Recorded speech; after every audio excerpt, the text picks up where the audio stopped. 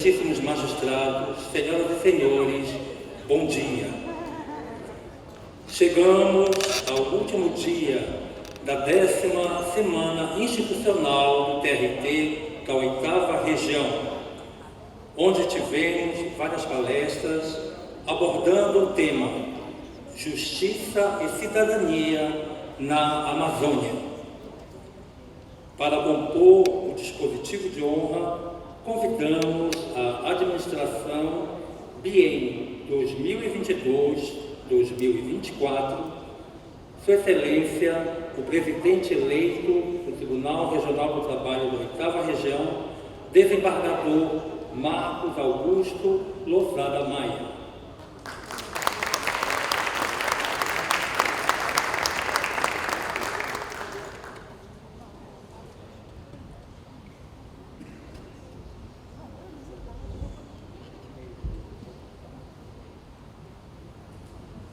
A excelentíssima vice-presidente eleita, desembargadora Ida Selene Duarte Sirotô Correia Braga.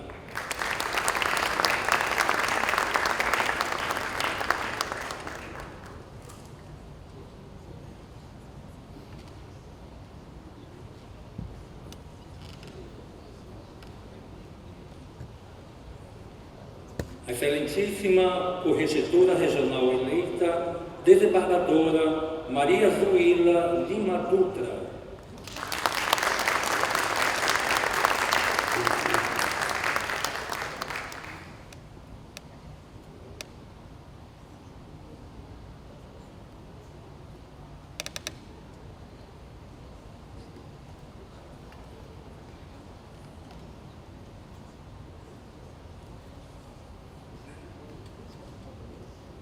Convidamos à tribuna a excelentíssima corregedora regional eleita, desembargadora Maria Zuila Lima Dutra.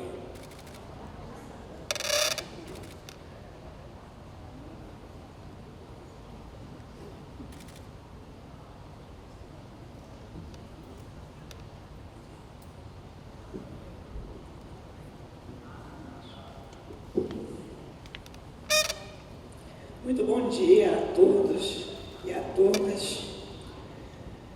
É com muita emoção que eu participo desta Semana Institucional, porque eu tive o privilégio de ajudar na organização da primeira Semana Institucional, coordenada pelo Dr. Sérgio Rocha. E o encontro foi tão bom, mas tão bom, que nós decidimos incluir no calendário oficial do TRT da 8ª Região. Quero agradecer ao desembargador Walter Para a oportunidade que nos concede para ter este momento com vocês, o que nos possibilita conhecer os novos colegas, como tive a alegria de conhecê-los na chegada aqui, e de rever os mais antigos. Fui magistrada de primeiro grau por quase 21 anos. E nesse período, eu pude conhecer de perto as dificuldades enfrentadas pelos magistrados de primeiro grau, né? Mas pude conhecer também a dedicação e o comprometimento de todos, né? O que é fundamental para a entrega de uma prestação jurisdicional plena, como todos nós desejamos. E, aliás, nós temos o mesmo propósito, que é exatamente o de contribuir para uma entrega jurisdicional eficiente, de qualidade. Afinal, nós somos uma justiça social. A justiça do trabalho é o Tribunal da Justiça Social. Nós somos pela defesa dos direitos humanos em todas as suas dimensões. E é com este propósito que nós vamos assumir a corregedoria na próxima segunda-feira, né, sempre voltada na busca de respeito aos direitos humanos. Eu quero avisar a vocês, alguns já até sabem disso, que a nossa correição no TRT da 8ª Região já está marcada para 19 a 23 de junho, e os dados da Corregedoria, que a Corregedora Nacional vai verificar, são os dados extraídos dos relatórios do dia 31 de março. Então, desde já, eu tenho certeza que conto com o apoio de todos vocês para atualizar eventuais situações que precisam ser atualizadas.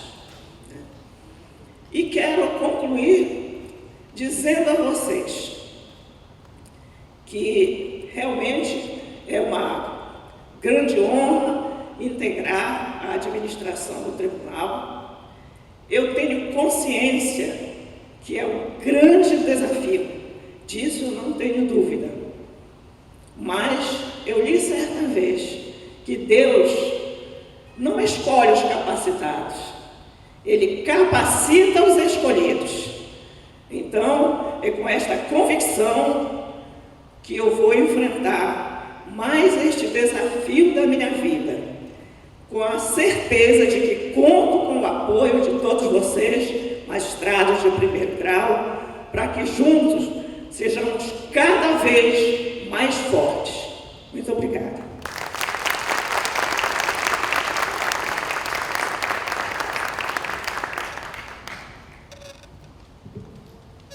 Obrigado, desembargadora Maria Zuila Lima Dutra. Neste momento, usará a palavra a vice-presidente eleita, desembargadora Ida Selene Duarte Cirotô Correia Braga.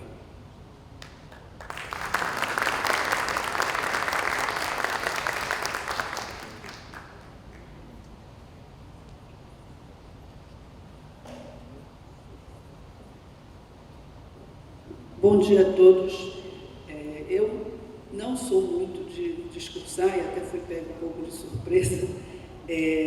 Mas, gente, o que eu queria parabenizar novamente a Semana Institucional, acho que é um momento muito importante para o nosso tribunal. É um momento em que a gente pode se encontrar, debater temas que são muito importantes para nós. E eu, como vice-presidente eleita, eu quero me colocar à disposição de todos. A gente pretende desenvolver um trabalho próximo de todos, um trabalho, as portas abertas, sempre para quem quiser conversar e trocar mesmo ideias.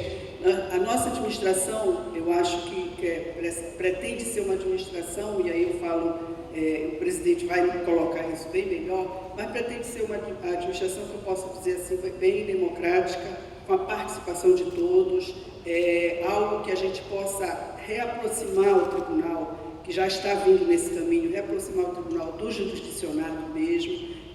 A gente costuma dizer assim, vamos quebrar os muros um pouquinho e voltar a mostrar a importância que a Justiça do Trabalho tem na sociedade, cumprindo seu papel realmente em defesa dessa luta que já é há tanto tempo, que é de valorização mesmo do trabalho, do trabalhador, valorização da Justiça do Trabalho, e é nesse sentido que a gente pretende trabalhar e conta com a participação de todos os magistrados da 8ª região nessa nossa luta.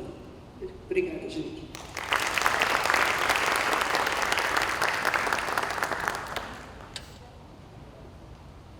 Agradecemos a desembargadora Ida Selene. Usará a palavra o presidente eleito do Tribunal Regional do Trabalho da 8ª Região, o excelentíssimo desembargador Marcos Augusto Lozada Maia.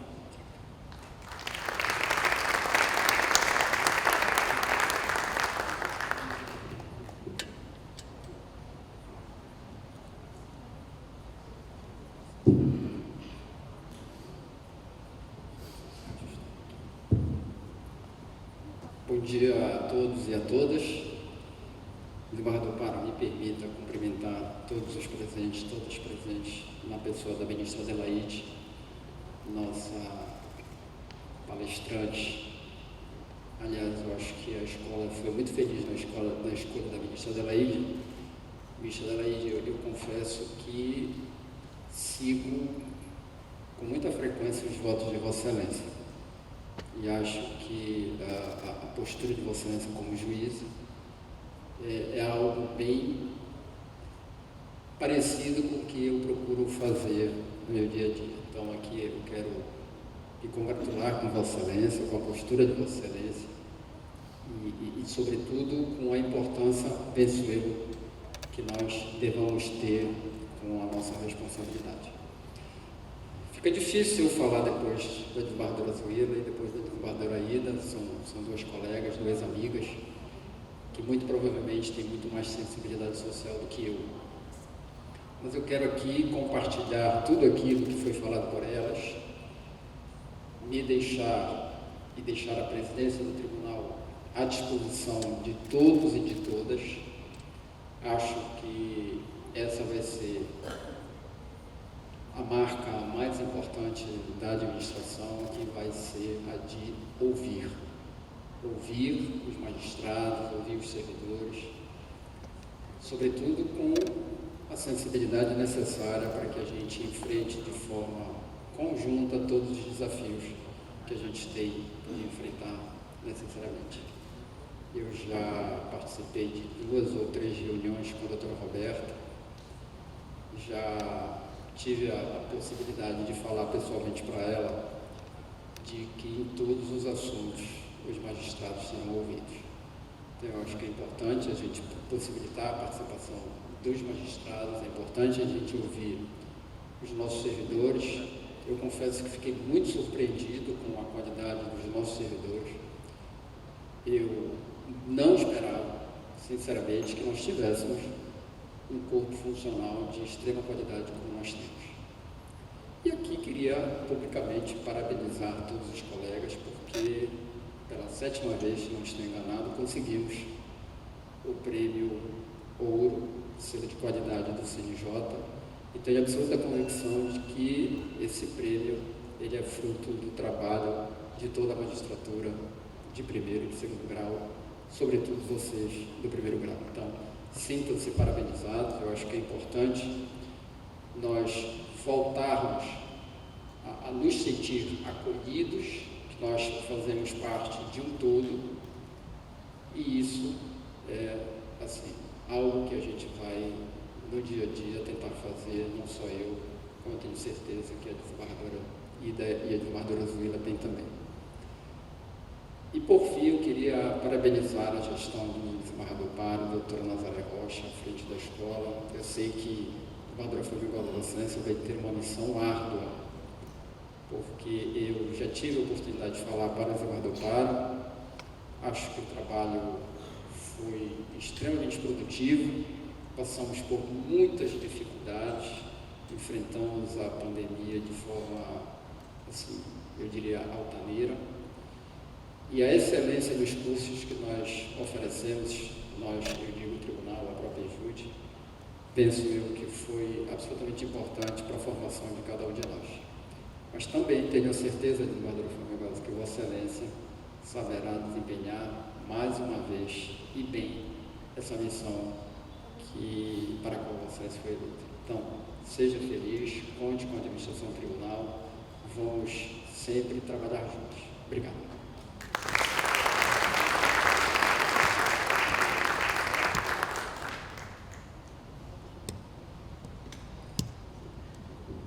Agradecemos as palavras de Sua Excelência, Dr. Marcos Augusto Lozada Maia, e solicitamos que as autoridades tomem seus assentos no auditório.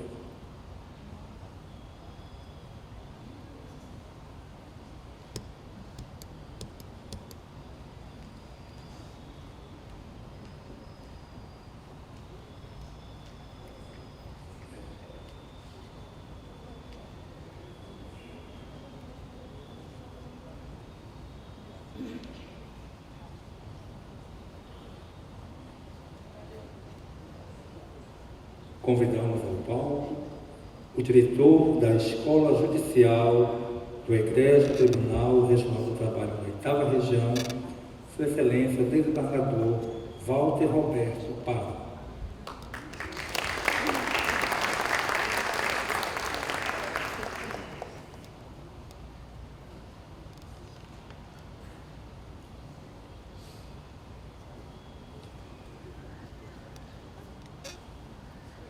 Convidamos também a excelentíssima vice-diretora da Escola Judicial do TRT da 8ª Região, desembargadora Maria de Nazaré Medeiros Rocha.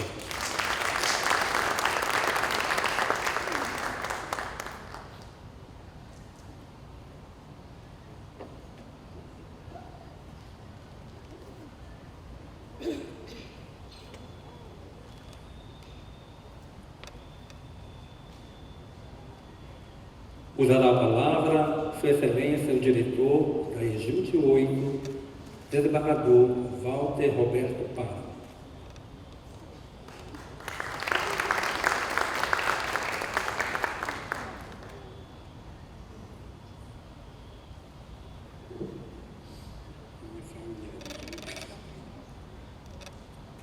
Bom dia a todas, bom dia a todos.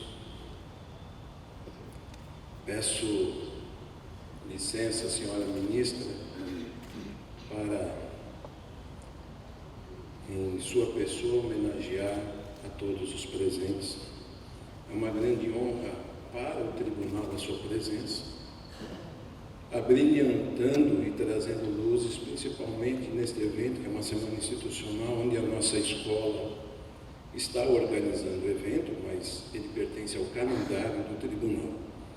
E Vossa Excelência já conhece muito bem quem sou eu para ficar explicando as coisas mais óbvias da Vossa Excelência.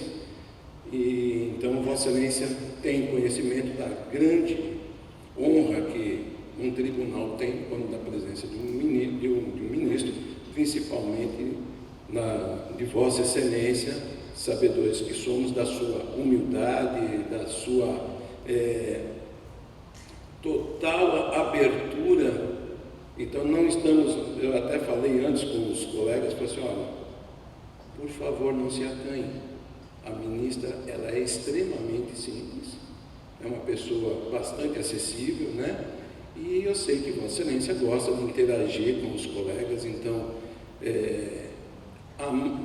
veio a calhar e não foi sem nenhum outro objetivo que fosse a senhora estar presente no nosso evento, porque como já havia antecipado a Vossa Excelência, nós estamos num momento pós-Covid, onde estamos chegando, e muitos dos colegas estavam trabalhando, muitos em suas residências, né, no telepresencial, e agora nós estamos fazendo o retorno.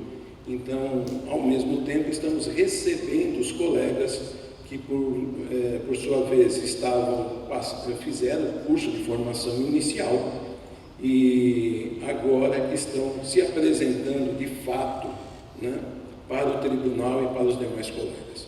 Então, muito obrigado pela sua presença.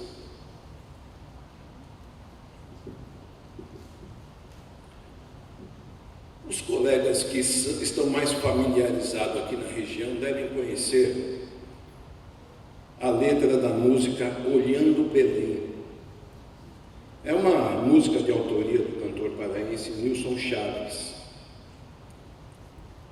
E eu tomei a liberdade de colher um pouco desta letra e, em cima desta letra, eu farei a minha fala, fundamentarei a minha fala. A letra da música diz assim: o sol da manhã rasga o céu da Amazônia. Eu olho Belém da janela do hotel. As aves que passam fazendo uma zona, mostrando para mim que a Amazônia sou eu. E tudo é muito lindo. É branco, é negro, é índio. No Rio Tietê, também eu sou paulista, tá, doutor? Então, a música também faz essa pegada. No Rio Tietê mora a minha verdade, sou caipira, sede urbana dos matos, um caipora, que nasceu na cidade, um curupira de gravata e sapato, sem nome e sem dinheiro. Sou mais um brasileiro. Olhando Belém, enquanto uma canoa desce o rio e o curumim assiste da canoa um Boeing riscando o vazio. posso acreditar que ainda dá para a gente viver numa boa. Os rios da minha aldeia são maiores que os de Fernando Pessoa. Molhando os meus olhos de verde e floresta, sentindo na pele o que disse o poeta, eu olho o futuro e pergunto, para a insônia, será que o Brasil nunca viu a Amazônia? E vou dormir com isso. Será que é tão difícil? Esta é a letra. E sobre essa letra eu vou fazer vai se basear a minha fala. Está aqui. Começo assim. É preciso navegar. Pegamos a canoa da Ejude e colocamos no rio. Para grandes rios, nada mais necessário que estar muito bem acompanhado para fazer frente a essa desafiadora viagem. E não poderia ter como melhor parceira uma grande mulher, também na altura, tá, gente? Minha Amanda Nazaré Rocha, Nazete, na intimidade, nossa vice-diretora. Tínhamos que navegar juntos, tínhamos que estar juntos, para transformar sonhos em realidades, mas para esse desafio, outros curumins de jornada embarcaram na canoa. Nossos conselheiros, e aqui eu pediria que se viessem aqui à frente, porque a nossa escola sempre trabalhou em conjunto, ministra, nós sempre procuramos valorizar o trabalho coletivo. A nossa decana, desembargadora Francisca Formigosa.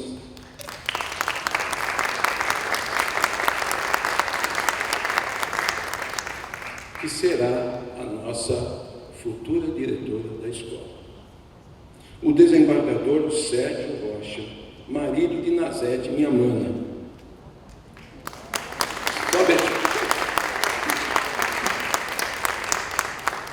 O desembargador Luiz Ribeiro, que foi o diretor anterior, o qual nos passou o bastão, e a ele nós procuramos dar cumprimento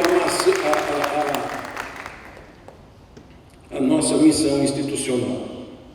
A juíza Léa Helena, não sei se está aqui, a nossa colega, né? E a juíza Natasha, está aqui?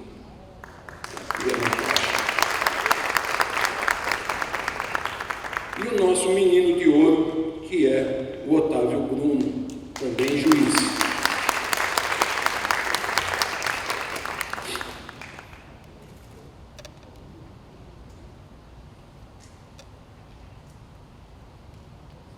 Se faltar uma cadeira, a gente aperta aí, como a gente sempre fez. Né? Todos feitos crianças, na pureza de seus sonhos, olhando para o céu, vimos o Boeing. Era a representação para onde nossos sonhos nos levariam. Na bagagem, levamos o nosso melhor, o que ajudou muito a vencer os desafios. Precisávamos de experientes ajudantes que fossem compromissados, fiéis, que já conhecessem os caminhos que deveriam ser navegados com segurança nos momentos de chuvas e ventos fortes. Para tanto, tivemos o aceite dos melhores. Embarcaram conosco também Rose, que eu gostaria que, se estivesse aqui, viesse ao palco, por favor, Rose. Rose, a Elane, o Carlos, a Nilce, acho que e nossas prestativas e competentes novatas, Isis e Tayara. Devem estar escondidinhas lá no fundo. Por favor, venham para cá.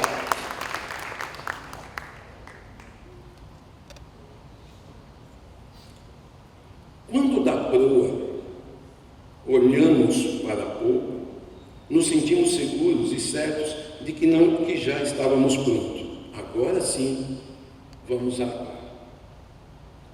Escrevemos no casco dessa nossa canoa a singela frase: Ejude 8, uma escola de todos para todos.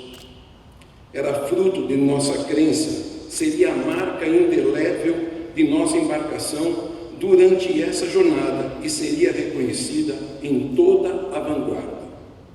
Tínhamos espaço para todos. Queríamos levar todos para rios nunca antes navegados.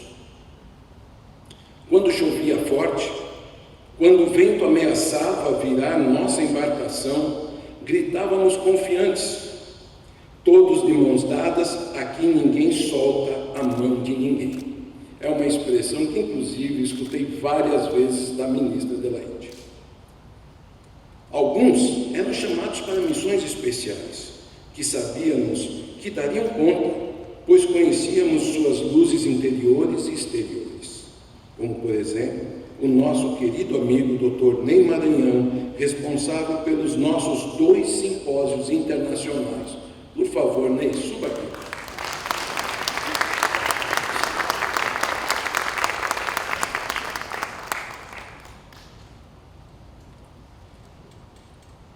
Senhora ministra, o Ney nunca quis aparecer, mas eu não podia agora deixar de fazê-lo.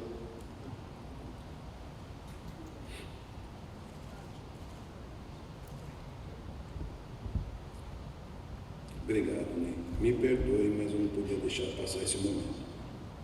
E por que não falar de todos os coordenadores dos 10 grupos de estudos responsáveis por manter aproximadamente 70 magistrados em plena atividade acadêmica, de forma voluntária, todos empoderados pela Ejude 8, foram incentivados e tiveram seus artigos publicados no suplemento da revista eletrônica do Tribunal Regional do Trabalho da 8ª Região, que é um suplemento inédito. Conseguimos este feito e esperamos que ele seja perpetuado por meio de edições anuais ou, quiçá, semestrais. E o nosso barco seguiu, levando luzes de conhecimento nas mais diversas áreas complementares e essenciais para o aprimoramento dos magistrados como seres integrais. Falamos de tecnologia, artes, saúde, diversidade, autoconhecimento, entre tantos outros temas. Em cada porto, subiam mais e mais novos amigos, sonhadores e colaboradores. Foram 21 novos magistrados nos cursos de formação de magistrados realizados pela Ejude 8 nesses últimos 3 anos. E que nesta 10ª semana institucional estiveram presentes e estão presentes, sendo carinhosamente e fraternalmente recebidos por toda a família do TRT8. A cada momento em que entreolhávamos, aumentava o sentimento de que era possível vencer as dificuldades. Era maravilhoso ver essa diversidade de matiz inigualável, a beleza individual e coletiva, todos atores, protagonistas, empoderados e estimulados para fazer a diferença, levar e elevar os valores da justiça do trabalho da nossa região norte, da nossa Amazônia e que são todos nossos. Terra carente sob um olhar menos atento que a nossa região amazônica, mas extremamente rica e de valores especiais, pois temos a sensibilidade e aprendemos a olhar a Amazônia com esse olhar, com um olhar valorizando a nossa terra, valorizando a nossa região, valorizando o nosso povo, as nossas peculiaridades. Ver os nossos jurisdicionados com um olhar que é inerente à região. Isso é fundamental para que a gente possa compreender o que se passa. Muitos não são da terra, e por isso eu estou fazendo esta mensagem, para que, ao olhar os jurisdicionados, procurem ter sensibilidade para entender o que são os costumes da região, o modo de cada um, até mesmo no falar, no mesmo de agir. São pessoas simples, mas são pessoas de uma bondade muito grande. Assim fomos todos nós nessa jornada, navegantes, sonhadores, curupiras orgulhosos de nossa terra molhada pela chuva de bênçãos, bronzeados pelo sol, que insiste em nos dar o calor de seu aconchego.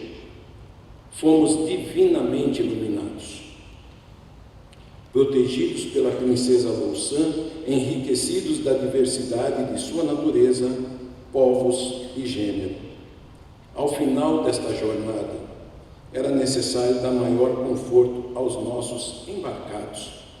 Assim, foi a aquisição de televisões, lousas digitais, projetores de altíssima resolução, instalação da galeria para registro histórico de todos os alunos formados pela EJUDE 8, melhorias em nosso auditório e foyer.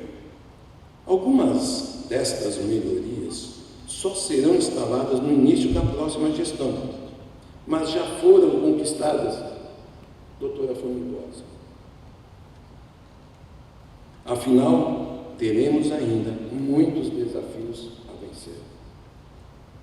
Sintam-se todos abraçados, sintam-se todos acolhidos, reconhecidos, empoderados e recebam nossa gratidão. Saibam que unidos, comprometidos com o bem maior, fazemos a diferença. Não é hora de despedida, é hora de mudarmos apenas de posição.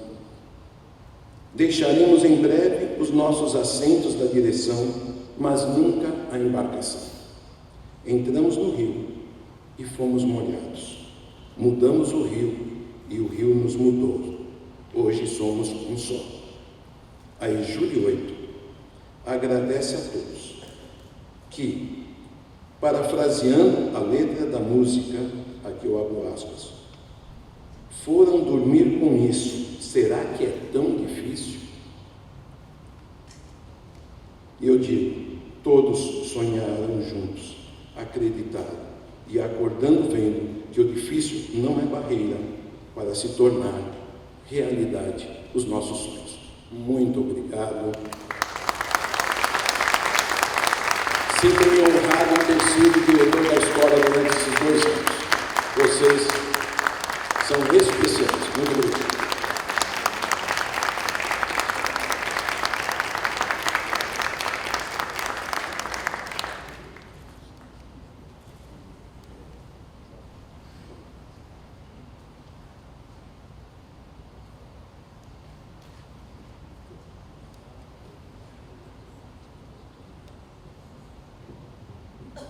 Convidamos para usar a palavra Sua Excelência, a vice-diretora da EJUDE 8, desembargadora Maria de Nazaré Medeiros Rocha.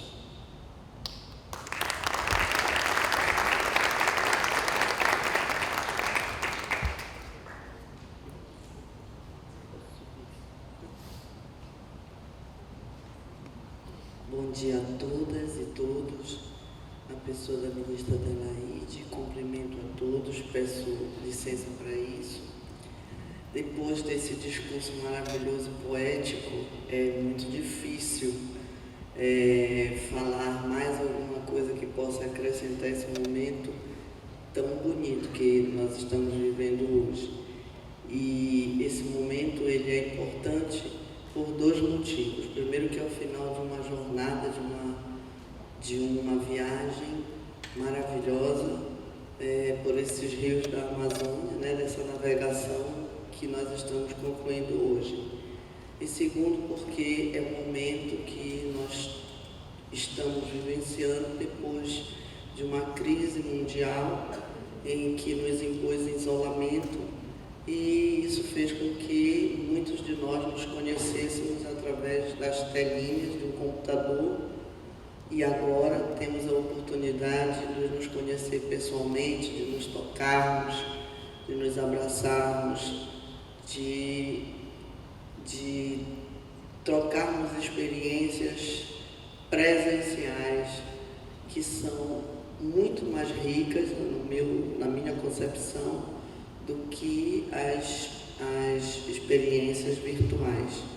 Então eu estou muito feliz por isso. Somos todos sobreviventes.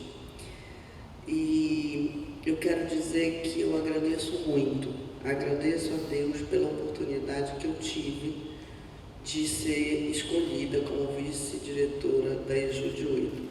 Agradeço também pela grande oportunidade que tive de trabalhar com o meu querido amigo dileto,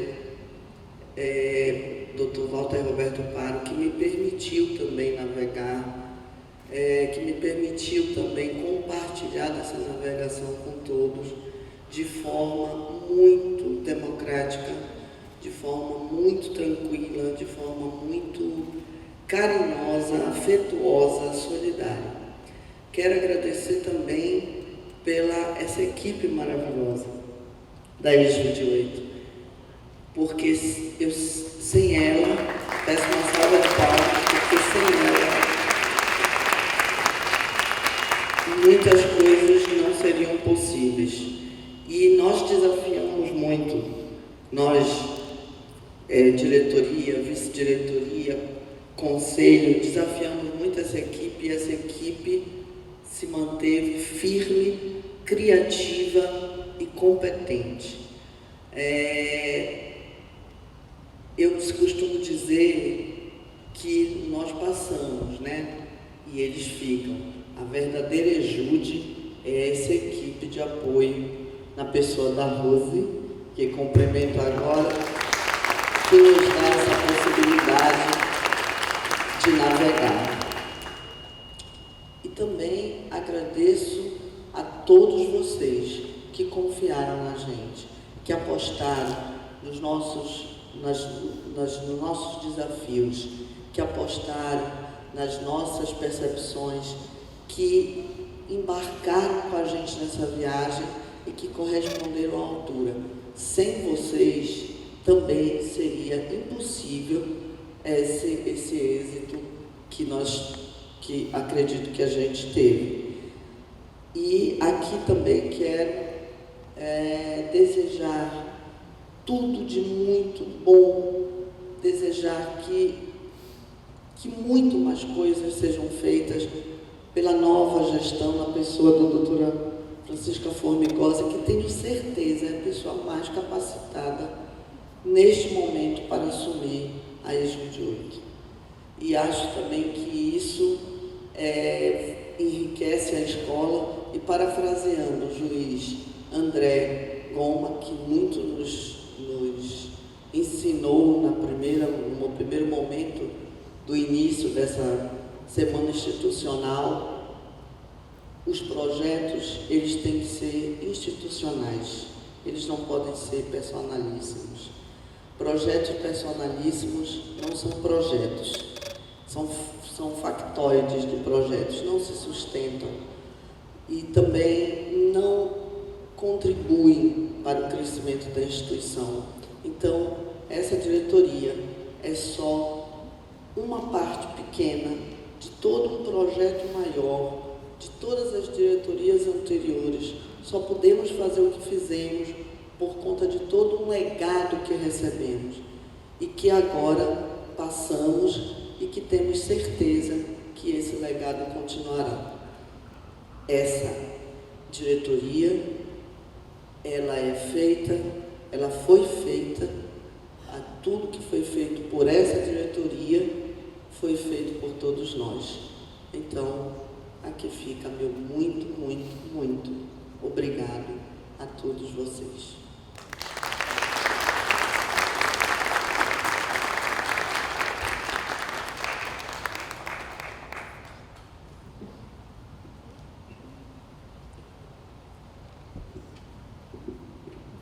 Agradecemos a participação das autoridades e dos servidores.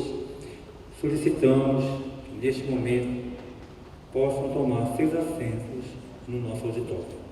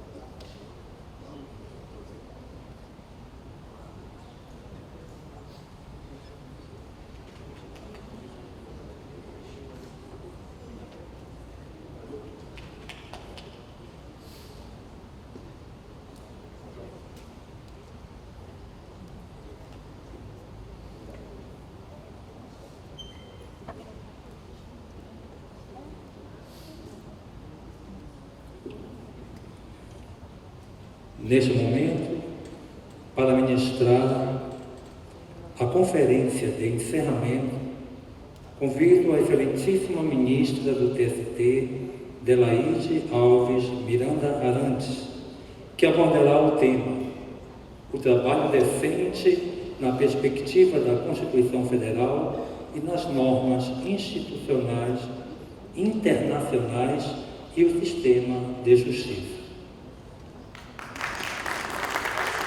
Sua Excelência, a Ministra do Tribunal Superior do Trabalho, Coordenadora Nacional do Comitê Gestor do Programa Trabalho Seguro e Secretária da Delegação Brasil da Associação Luso-Brasileira de Juristas do Trabalho. É mestra em Direito, Estado e Constituição, Internacionalização, Trabalho e Sustentabilidade, do Programa de Pós-Graduação em Direito da Universidade de Brasília. Integra o Grupo de Pesquisa Trabalho, Constituição e Cidadania da Faculdade de Direito de Brasília, CNPq. É especialista em Direito e Processo do Trabalho pela Universidade Federal de Goiás, em docência universitária pela Pontifícia Universidade Católica de Goiás e graduada em Direito pelo Centro Universitário de Goiás.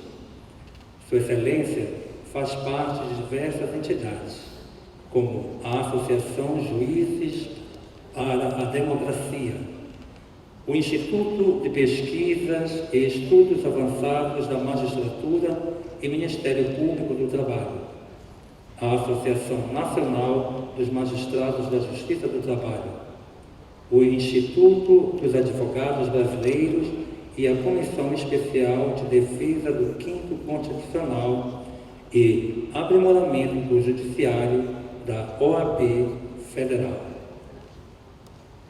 Com os senhores, a ministra Delaide Alves Miranda Arantes.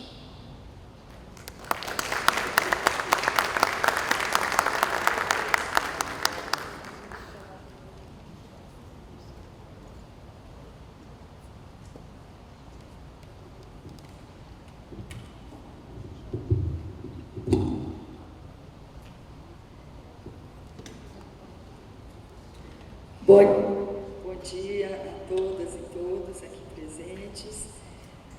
Quero agradecer as palavras tão amáveis que foram a mim dirigidas, por todos que falaram antes de mim. Desembargador Paro, desembargador Lustosa Maia, a desembargadora Maria Nazaré, que eu carinhosamente chamo de Nazete, a desembargadora Zuília, e deixar aqui o meu carinho e o reconhecimento de um trabalho muito importante realizado tanto pela gestão que se encerra na segunda-feira, no dia 5, né, quanto a desejar muito êxito para o desafio que aguarda, né, a nova direção que irá assumir no dia 5. Quero cumprimentar a todas e todos e de uma forma muito especial o meu amigo Ney Maranhão, que foi gestor do Trabalho Seguro, Walter Paro também, né, gestor do Trabalho Seguro, e que a gente pôde fazer o trabalho juntos, e com um carinho muito especial os juízes e as juízes que estão participando do curso de formação inicial. Que vocês sejam muito exitosos na carreira que vocês escolheram.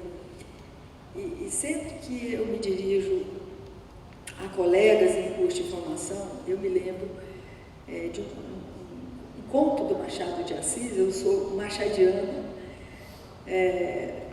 que caiu em um vestibular que eu fiz. O conto é sobre um barbeiro que vendia a sua barbearia.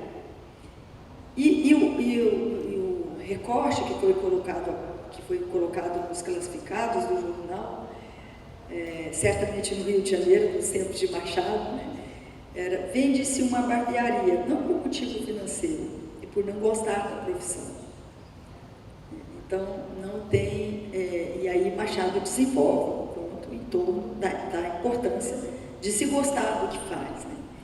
E eu considero que a nossa carreira jurídica, eu fui advogada trabalhista durante 30 anos em Goiás, tanto a advocacia quanto a magistratura, ela é uma carreira para vocacionados.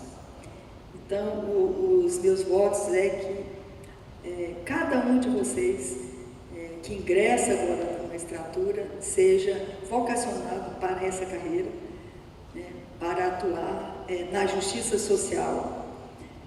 Quando eu advogava, eu ouvia muito dizer que a justiça do trabalho era protecionista. A justiça do trabalho não é protecionista. A justiça do trabalho, ela instrumentaliza o direito social, que é protecionista, que nasceu protecionista, né, e que no dia que ele não for mais protecionista, não existirá mais razão de ser nem para a justiça do trabalho. Então, eu desejo assim, um feliz ingresso para vocês e tenho um carinho muito grande pela carreira jurídica. E sei que a maioria dos que ingressam na magistratura ingressam por vocação. E é um desafio, né? Que eu diga a vocês que ingressaram na carreira. Eu ingressei pelo 5º Constitucional no TST há quase 12 anos atrás, mais de 11 anos atrás, e realmente eu afirmo hoje que é uma carreira para vocacionados. E quero agradecer o convite que me foi feito. O convite foi intermediado pelo desembargador Sérgio e pela desembargadora Nazete, e eu considerei que eu não poderia deixar de atender. Hoje é 1º de dezembro, eu entro em um mês que, além dos desafios da proximidade do recesso, né, que nós, nos nossos gabinetes, os serviços aumentam muito e nós já estamos muito cansados, eu ainda tenho alguns outros desafios. Eu tenho 2 netas, o meu marido e a minha filha caçula, que aniversariam em dezembro. E eles moram em Goiânia, e eu fico naquele corre para Goiânia, para Brasília. Aí tem a neta de 4 anos, a Elisa, que passa um áudio: vovó, vai ter a minha apresentação na escola, você é convidada. A apresentação na escola dela é hoje. Então, são esses desafios que nós enfrentamos, porque nós somos pessoas integrais, né? Nós não podemos viver somente em função da carreira, né? E principalmente nós mulheres, né? que os homens não reparem essa minha observação. Mas nós mulheres, nós temos jornada, eu não falo hoje mais jornada dupla. A minha assessora que me ajudava a preparar uma fala que eu fiz sobre gênero na Enamate anteontem, na hora que ela foi me ajudar a finalizar o roteiro, ela colocou jornada dupla. Eu falei, não uso mais esse termo. Porque são tantas jornadas, né, que nós mulheres temos, que a jornada dupla já ficou inadequada, principalmente depois da pandemia. Né? Então eu preparei os slides, mas não se preocupem, porque eu não vou falar demoradamente sobre cada tópico que eu abordo aqui nos slides. Por que eu optei por esse tema? No dia 24 de fevereiro agora, de 2022, eu apresentei na UNB, perante a banca examinadora, a minha dissertação de mestrado. E o que eu fiz na minha dissertação? O que eu pesquisei na minha dissertação de mestrado? Eu pesquisei o trabalho decente da agenda da Organização Internacional do Trabalho, nas decisões do TST. E o resultado, que praticamente eu já sabia pela prática, né? O trabalho decente é muito pouco frequente na fundamentação das decisões do Tribunal Superior do Trabalho. Isso me preocupou bastante e eu vou lançar agora em fevereiro, com a graça de Deus, o livro com a minha defesa, mas isso me despertou para falar sobre o trabalho decente, e o tema que eu encontrei aqui é um título enorme, né? O trabalho decente na perspectiva da Constituição, das normas internacionais, e falar também sobre o sistema de justiça, como é que se dá, né, a observação da justiça social, que é o objetivo da Organização Internacional do Trabalho desde a fundação em 1919, no sistema de justiça trabalhista que nós temos no Brasil. Né? E eu dividi em partes, eu vou pedir alguém para passar para mim.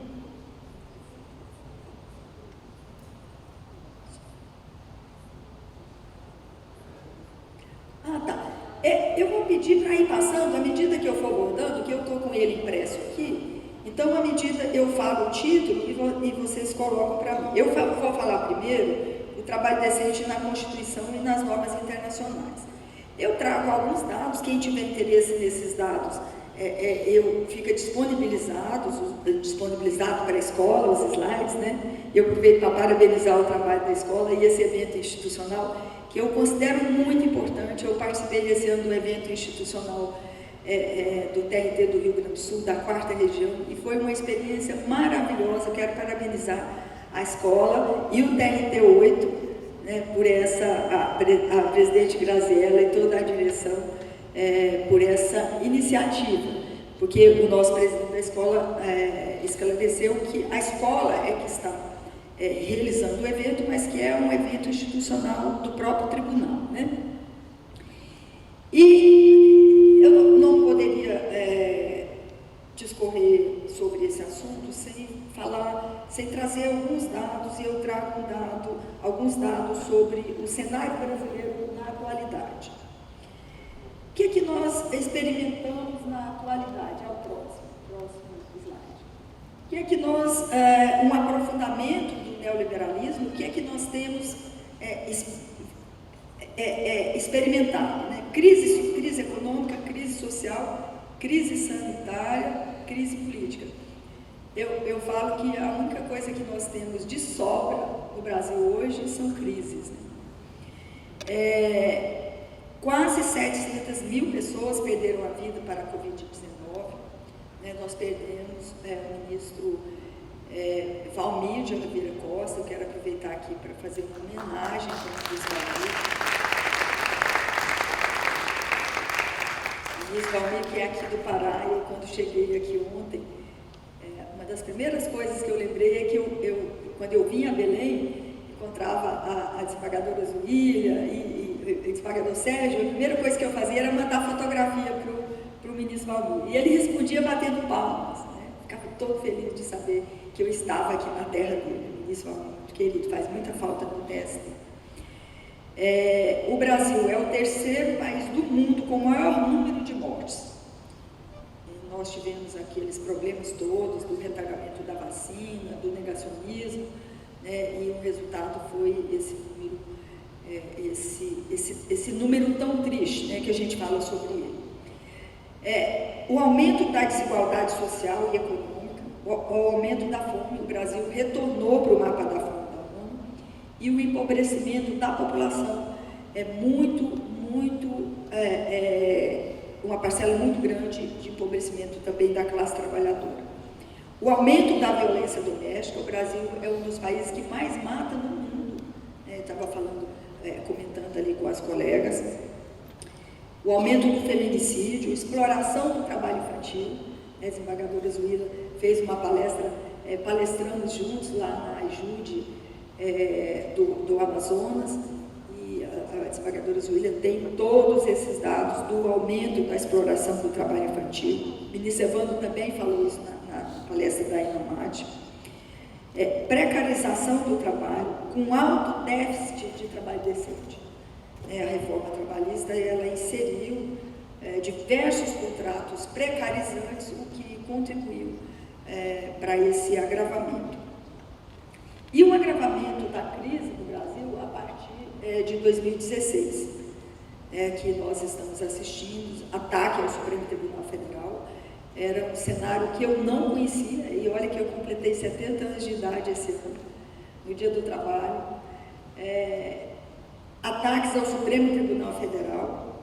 Eu até era ainda criança, mas nos anos 70, nós assistimos aquele cenário triste de fechamento do Congresso e da ditadura militar, de tristes e lamentáveis lembranças, mas de ataques assim, públicos ao Supremo Tribunal Federal, a desobediência ao cumprimento de decisões judiciais, ataques à justiça do trabalho e ao direito social, ataques às instituições democráticas, o aumento da fome. Nós temos uma cifra de 33 milhões de pessoas na linha da fome.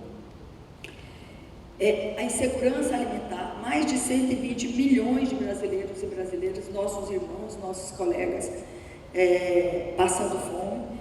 O salário mínimo sem aumento real há 5 anos, e não é só o salário mínimo sem aumento real, nós também não temos aumento real há muitos anos, né? Perdemos muito o nosso poder de compra. A magistratura hoje não é mais uma carreira atrativa do ponto de vista econômico, e nem o serviço público, né, que tem sido muito deixado de lado. E mais de 10 milhões de desempregados, e sem falar nos desalentados. Também retrocesso social, redução do papel do direito à justiça do trabalho, desregulamentação de direitos sociais, a flexibilização precarizante das relações de trabalho, porque uma coisa é a adequação, a atualização das normas trabalhistas em razão de avanços tecnológicos e algo assim. Mas não foi o que aconteceu. A desarticulação do conjunto normativo de proteção aos direitos trabalhistas na perspectiva do sistema internacional de direitos humanos, sociais e trabalhistas. E no próximo bloco eu falo sobre desafios para o povo brasileiro, que é assegurar o direito fundamental da cidadania à prestação jurisdicional. Essa formulação aqui não está nem correta, porque na realidade um desafio para nós, né? Para o judiciário como um todo, e muito especialmente para o judiciário trabalhista. Direitos humanos, na sequência, direitos humanos para um Estado democrático de direito, o reconhecimento da dignidade humana como princípio norteador do trabalho e das relações sociais decorrentes dos direitos humanos, ela somente é possível no Estado democrático de direito. Isso é uma questão que todos nós estamos cientes. Eu digo todos nós, o público para o qual eu estou me dirigindo.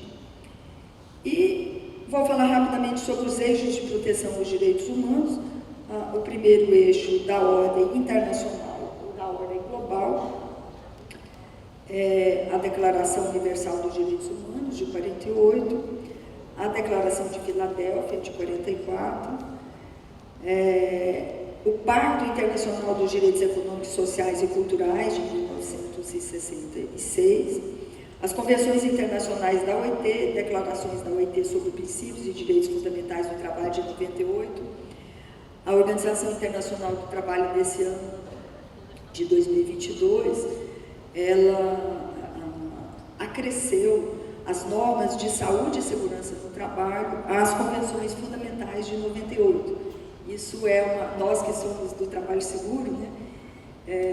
E aí, desembargador Paro e desembargador Ney, que são profundos conhecedores, essa decisão da Organização Internacional do Trabalho, ela foi da maior relevância, porque é reclamado desde 98. E as convenções, os pactos e as declarações de direitos da pessoa humana. E o segundo eixo é o de ordem regional, que são o sistema de proteção europeu, interamericano e africano. No terceiro eixo, inserção dos direitos humanos e fundamentais nas constituições. E essa tarefa a Constituição Federal de 88 cumpriu muito bem, né? Porque ela elevou os direitos sociais trabalhistas à condição de direitos constitucionalizados. E os tratados e convenções internacionais sobre direitos individuais e direitos sociais trabalhistas, eles têm natureza jurídica de direitos humanos. Eu aproveito para falar a minha opinião. Na minha opinião, a Convenção 190 da Organização Internacional do Trabalho, que ainda não foi ratificada pelo Brasil, que é de combate à violência no trabalho, embora não ratificada, o TST, inclusive, enviou uma moção para o presidente da República, do Pleno do TST, aprovada pelo Pleno, pedindo a ratificação, mas o desembargador Ney e os meus colegas magistrados que são estudiosos, eu me refiro ao desembargador Ney, que ele tem várias obras publicadas, né, e estudos a esse respeito. A Convenção 190, ela é uma convenção que trata de direitos humanos, portanto, a sua aplicabilidade não depende de ratificação. A OIT é um marco civilizatório internacional para o trabalho decente como direito humano, completou em 2019 100 anos de existência, e ela já editou 190 convenções internacionais, das quais 82 já foram ratificadas pelo Brasil. E o trabalho decente, ele resume as aspirações do ser humano no trabalho, com o fim de assegurar, dentre outras garantias, uma remuneração equitativa, que nós não conquistamos ainda, né?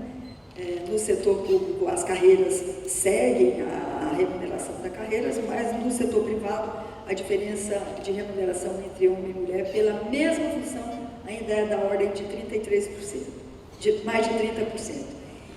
E um outro dado, são dados estatísticos, de que um CEO homem, ele ganha, uma CEO mulher, ela ganha praticamente metade do que ganha um CEO no setor privado. Então, nós não superamos ainda essa fase da diferença de remuneração entre homem e mulher pela mesma função. A proteção social, a integração social, a participação das decisões, a igualdade de oportunidades e o tratamento igualitário entre homens e mulheres. O trabalho decente nas normas internacionais, a Declaração Universal de Direitos Humanos, a Declaração de Princípios, como eu já afirmei, a Agenda do Trabalho Decente, que é de 1999, tem a Declaração Tripartite sobre empresas multinacionais e política social. A OIT hoje, ela atua muito em política de fortalecimento às micro e pequenas empresas, porque as micro e pequenas empresas, elas respondem por mais de 50% dos empregos. E não é só no Brasil, esse dado é mais ou menos parecido em outros países do mundo também. A declaração da OIT sobre justiça social para uma globalização justa, a declaração do centenário da OIT para o futuro do trabalho e o relatório Trabalhar para um Futuro Melhor, que é de 2019. E só reafirmando aqui no slide seguinte, eu só faço um quadro sobre os eixos protetivos do trabalho decente. Mas eu já discorri, é só para visualização mesmo. E na Constituição Federal de 88, eu fiquei em dúvida quando preparava esse roteiro, mas eu vou reafirmar o que diz a Constituição para um público, né, tão seleto de juízes do trabalho, de desembargadores do trabalho, mas às vezes eu sinto a necessidade de reafirmar para mim mesma, né, o que a nossa Constituição Cidadã de 1988 trouxe. Ela incorporou princípios da progressividade dos direitos humanos e vedação do retrocesso social.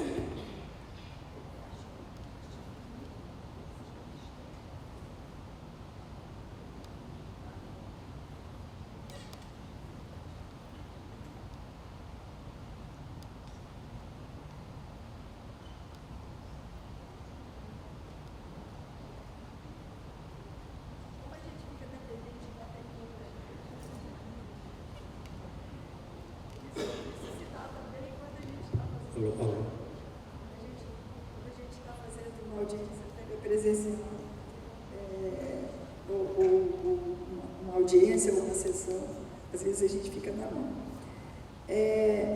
Eu não vou ler o que está transcrito, isso aqui é só mesmo para a nossa reflexão. Artigo 1º, no próximo slide, artigo 1º, fundamentos do Estado Democrático de Direito, direitos sociais individuais, a liberdade, a igualdade e a justiça. E eu destaco o artigo 1º, inciso 3, da dignidade da pessoa humana. Pela primeira vez no Brasil, no histórico de todas as nossas constituições, é a única Constituição que coloca a pessoa humana na centralidade do trabalho e erige como princípio fundamental a dignidade da pessoa humana. E todos esses direitos que eu elenco aí foram incorporados à Constituição Federal. E a agenda do trabalho decente, que a gente ouve muito pouco falar sobre ela, principalmente a partir dessa ascensão das ideias neoliberais que se deu a partir de 2016. Em 2003 foi adotada pelo governo brasileiro, a agenda do trabalho decente. Em 2006 foi feito o seu lançamento oficial, com ações em diversos estados. E a prioridade, geração de emprego, oportunidade, tratamento igualitário, que eu não preciso aqui repetir. O compromisso do Brasil com a OIT foi a promoção do trabalho decente nas decisões do Poder Judiciário. Esse é um compromisso do Estado brasileiro, nós somos um dos 3 poderes da República, do Estado brasileiro com a agenda do trabalho decente. E a agenda 2030 da ONU, que a gente lida, porque tem metas do CNJ. Em 2015, a ONU estabelece 17 objetivos e 169 metas para Estados-membros até o ano de 2030, para a erradicação da pobreza e promoção de vida digna. E na 75ª Conferência Internacional do Trabalho foi aprovada o informe Emprego e Trabalho Decente para a Paz e a Resiliência entre os 4 objetivos do trabalho decente, esses 4 que eu já citei. Considero que a Lei 13.467, ela promoveu uma desconstrução do trabalho decente, com a desregulamentação, a flexibilização e a desarticulação do conjunto normativo protetivo do direito social do trabalho. E quanto ao Poder Judiciário, na efetividade dos direitos humanos? Nós, às vezes, não percebemos, mas é dever do juiz nacional compatibilizar as normas internas com os tratados internacionais de direitos humanos mais benéficos. Eu discutia uma diretriz de uma conta de voto como assessora e falei, olha, eu vou aqui fazer análise, né, a partir do controle de convencionalidade. Ela falou, ministra, mas o Supremo já decidiu isso. Eu falei, não é controle de convencionalidade, é controle de convencionalidade, é diferente. Então, eu estou falando isso sobre a minha assessora, não é para depreciar a ideia dela, é para a gente ver como passa desapercebido para a gente o controle de convencionalidade. Né? A atuação do Poder Judiciário em relação aos tratados de direitos humanos, ela é direta, independentemente de pedido da parte demandante no processo, em razão de decorrer da jurisprudência vinculante da Corte Interamericana de Direitos Humanos. E que nos vincula em razão de tratados firmados pelo Brasil. É um tema bastante importante, fica aí para reflexão da EJUDE, né, um estudo, um seminário sobre essa questão, que é muito importante para nós da magistratura. E como o tempo é curto, e eu aqui não quero cansar as senhoras e os senhores, mas eu quero falar sobre a recomendação 123, de 7 de janeiro de 2022, do Conselho Nacional de Justiça, que recomenda aos órgãos do Poder Judiciário a observância dos tratados e convenções internacionais de direitos humanos em vigor no Brasil e a utilização da jurisprudência da Corte Interamericana de Direitos Humanos, bem como a necessidade de controle na convencionalidade nas normas internas. E recomenda também a priorização do julgamento dos processos em tramitação relativos à reparação material e imaterial das vítimas de violação de direitos humanos.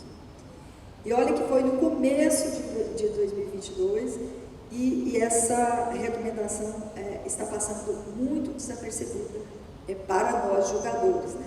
Não estou falando de Belém, não estou falando do Pará, estou falando do Brasil inteiro. E aí diz a priorização do julgamento dos processos em tramitação relativos à reparação material e imaterial das vítimas de violações de direitos humanos, determinadas pela Corte Interamericana de Direitos Humanos em condenações envolvendo o Estado brasileiro e que estejam pendentes em cumprimento integral. E falando em trabalho decente, o que fazer? Dignidade da pessoa humana é um princípio supremo e absoluto. Respeito, promoção e proteção aos direitos humanos, participação de todos os agentes, Poder Executivo, Legislativo, Judiciário, Ministério Público, Defensoria Pública, polícias, assegurar a eficácia aos direitos humanos, o incentivo a políticas de valorização dos direitos humanos, do Conselho Nacional de Direitos Humanos, e prevalecer a norma mais favorável à pessoa humana, que é o princípio pro homo. Essa é uma determinação, né, do nosso conjunto, do nosso acervo normativo, tanto nacional quanto internacional, mas que nós lidamos com muita dificuldade, porque acaba que com o número de processos que nós lidamos, eu tenho no meu acervo do TST em torno de 11 mil processos, dos quais 9 em condição de julgamento, que não são temas suspensos, né?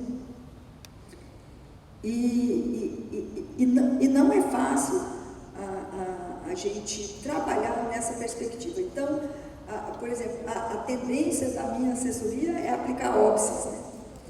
Aí eu digo, mas se for aplicar óbice assim, dessa forma, o Tribunal Superior do Trabalho, por exemplo, ele perde o seu papel, que ele tem o papel de uniformizar a jurisprudência nacional. Então, o nosso olhar de julgador, ele não pode ser um olhar de óbices. Ele não pode, é claro que os óbices existem, né, transcendência e tanta coisa mais, mas o olhar do julgador não pode ser prioritariamente visando óbices, né? E observar, né, as normas protetivas, porque é uma justiça social. E agora eu entro na parte 2, que é o sistema de justiça, E vou pedir aos a quem tiver... Eu estou sozinha aqui, né? Não sozinha, estou com o nosso cerimonialismo, eficiente cerimonialismo. É só você me avisar quanto tempo eu estou falando, quando fizer assim, uns 35 minutos, 40, você me avisa, por favor, só para não extrapolar muito tempo. E eu começo a falar do sistema de justiça, trazendo uma afirmação de uma colega ministra do Tribunal Superior do Trabalho, que veio do Maranhão, né, que nasceu no Ceará e que fez carreira no Maranhão, a ministra Kátia Magalhães Arruda, em uma obra Direito Constitucional do Trabalho, sua eficácia e impacto no modelo neoliberal. Foi a dissertação de mestrado da ministra Kátia Arruda, e cuja obra é prefaciada por Paulo Bonavides. Ministra Kátia afirma, na parte conclusiva de sua obra, eu leio em aspas, é essencial que haja uma mudança de mentalidade nos aplicadores das normas inerentes aos direitos fundamentais, visto que a interpretação formal do direito e a aplicação estática da lei não são condutas compatíveis com o papel do judiciário como representante de um poder constitucional. Parece uma formulação simples, mas é de uma profundidade muito grande para a nossa reflexão. E falo também, ainda que rapidamente, ficando aí para a reflexão da IJUND, um estudo mais aprofundado do tema, mas do controle da convencionalidade de que trata a recomendação 123 do CNJ. O que seria, assim, em rápidas palavras?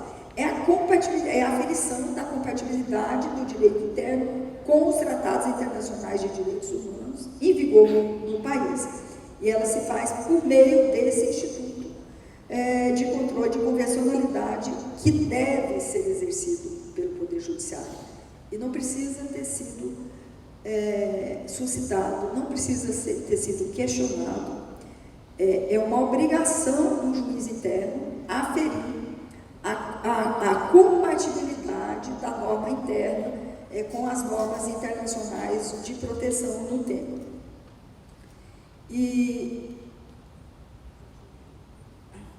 Obrigada. Bom, agora sim, obrigada. Agora eu vou controlar o meu tempo aqui.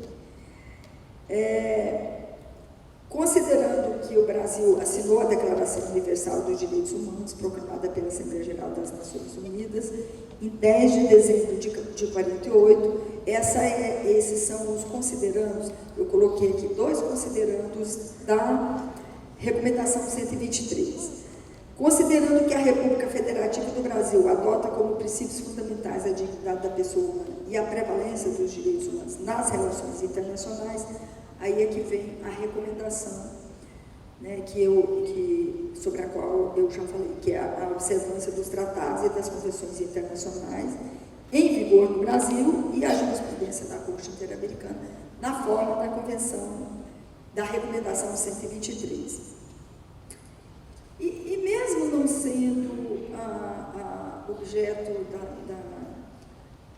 específico, né, da minha fala, eu quero falar também sobre o protocolo para julgamento com perspectiva de gênero, que foi firmado o protocolo, né, hoje ele é discutido na ANMATRA, nas ANMATRAs, dos tribunais, e foi editada a recomendação 128, que é de 15 de fevereiro de 2022. 2022 foi o ano pródigo no CNJ, né? Porque vem a recomendação do controle de convencionalidade. Eu não posso falar sobre a recomendação do controle de convencionalidade sem falar de Valério Mazzuoli. Valério de Oliveira Mazzuoli é professor da Universidade, da Universidade Federal do Mato Grosso, e ele é internacionalista, conhecido no Brasil e no mundo, e ele é o precursor do controle de convencionalidade no Brasil. Ele tem uma obra muito importante, não posso deixar também de falar da obra do Platão Teixeira de Azevedo Neto, que é uma obra que ele lançou, muito importante também, o controle de convencionalidade trabalhista, que é também estudioso desse tema. E a recomendação, o protocolo para julgamento com perspectiva de gênero, é a recomendação 128, considerando que a igualdade de gênero é um dos objetivos de desenvolvimento sustentável da Agenda 2030 da ONU, a qual se comprometeram o Supremo Tribunal Federal e o Conselho Nacional de Justiça, recomendar aos órgãos do Poder Judiciário a adoção do protocolo para julgamento com perspectiva de gênero, aprovado pelo Grupo de Trabalho, instituído por intermédio da Portaria CNJ 27/2021, para colaborar com a complementação das políticas nacionais estabelecidas pelas resoluções 254 e 255 sobre o enfrentamento à violência contra as mulheres pelo Poder Judiciário e incentivo à participação feminina no Poder Judiciário. Eu posso falar desse tema também, sem falar da nossa colega juíza do trabalho da 15ª Região, Patrícia Maeda, né, que é uma das precursoras, né, e sem falar também nas nossas colegas juízes aqui do Pará, né, que tem decisões muito importantes sobre essa temática. E é uma questão assim, tão importante. Tem uma decisão de um processo que eu relatei agora no 8º turno, que o acordo nem foi publicado ainda vai ser publicado, foi agora no mês de novembro, E eu tive dificuldade até no gabinete, em pesquisas, para relatar esse voto, porque a questão de gênero que eu fundamentei o meu voto, ela não estava arguída, não estava no acordo, né? E a assessoria tem dificuldade para trabalhar algo que não está no acordo. Ministra, mas não tem essa discussão no acordo regional. Eu falei, precisa ter, né? Olha a questão concreta, o que aconteceu. O marido e a mulher trabalhavam numa academia lá em Taguatinga. E o marido brigou com o proprietário da academia, o titular da academia, e o marido tiveram uma briga muito forte, foi por WhatsApp, e aí da briga resultou que ele foi demitido, o marido. Mas o interessante não foi nem a demissão do marido, isso é coisa que acontece todo dia, se fosse só isso eu não estaria contando aqui, né? Aí ele disse para ele, olha, fala para sua mulher, falou nem o nome dela, fala para sua mulher que a partir de amanhã ela está despedida, ela não precisa mais vir trabalhar, ela não quer saber dessa raça aqui na minha empresa. Aí a discussão era se a despedida era discriminatória. Então, eu fundamentei a minha decisão com base na recomendação 128 no protocolo firmado pelo CNJ. Não precisa estar arguído, basta que o julgador, a julgadora, ele detecte que ali tem, né, uma discriminação de gênero. E nós precisamos estar atentos. O protocolo para julgamento com perspectiva de gênero, ele poderá ser adotado em todos os órgãos do Poder Judiciário brasileiro. E é interessante a recomendação 128, eu sempre falo, eu recomendo a leitura e a observação dessas duas recomendações, né? A recomendação 123 e a recomendação 128, que é muito importante para nós que somos, decidimos a partir do direito social e que integramos a justiça social, né? A TST agora tem essa insígnia, né? O Tribunal da Justiça Social, que foi um ato de coragem do ministro Emanuel Pereira, né? Eu disse a ele, porque não é de agora que o TST já tem essa designação, Tribunal da Justiça Social, mas precisava da coragem que teve o ministro Emanuel de oficializar, e isso hoje está, né, na nossa marca. E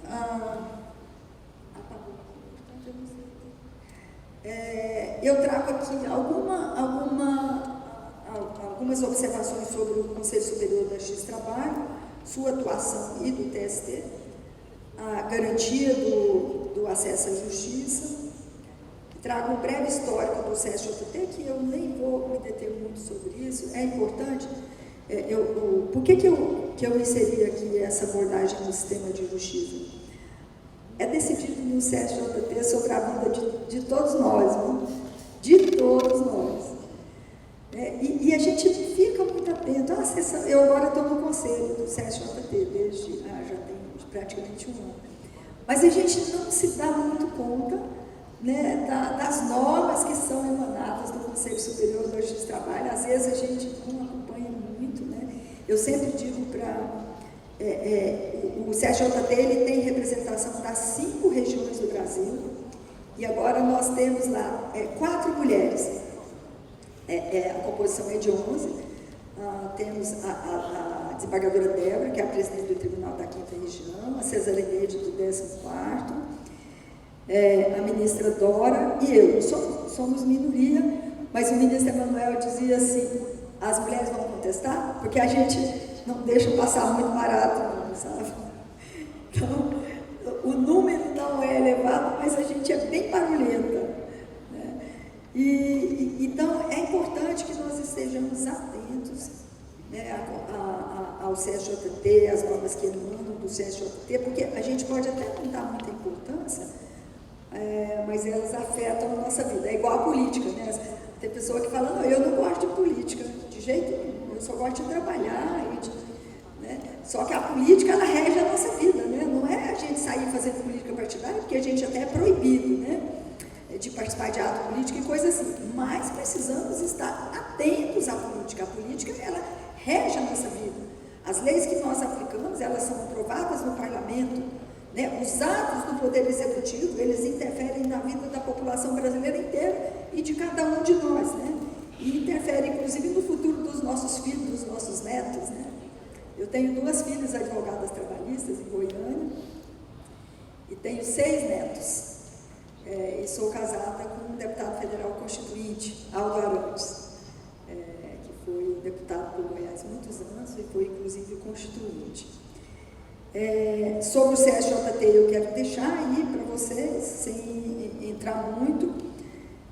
Na pandemia, o CSJT teve um papel muito relevante, inclusive com relação às audiências presenciais, telepresenciais, e a Justiça do Trabalho pôde comprovar que ela realmente é necessária, que ela realmente atua, né, desembargadora?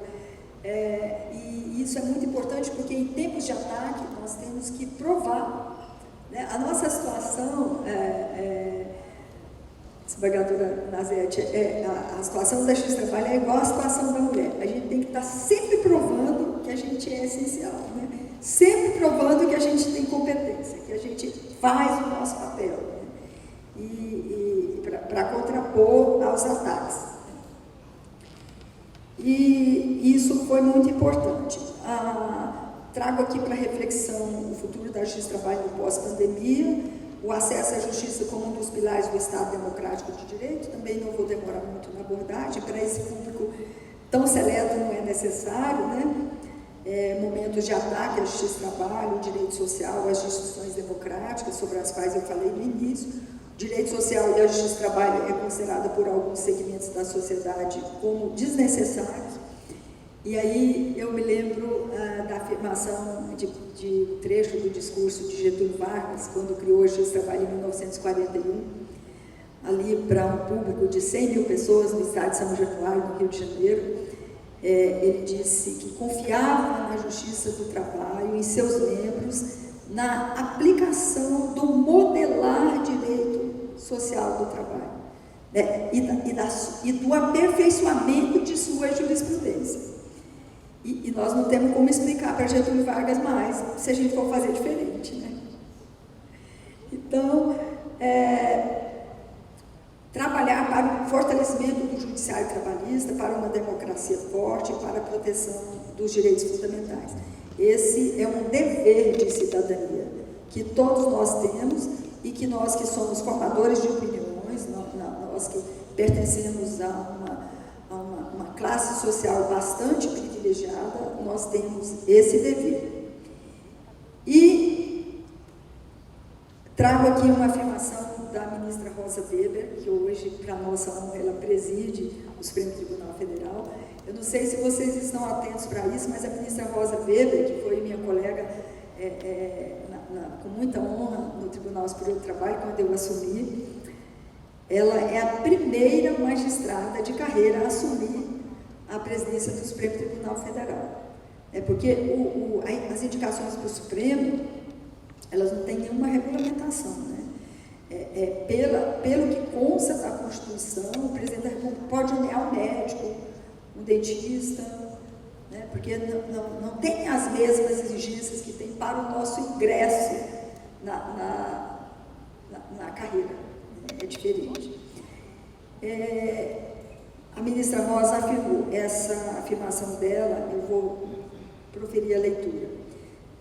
Do discurso dela, eu tive a honra de estar presente. Sejam as minhas primeiras palavras a de referência incondicional à autoridade suprema da Constituição e das leis da República, da superioridade ética e política do Estado Democrático de Direito, da prevalência do princípio republicano, e ela completa: sem um poder judiciário independente e forte, não há democracia.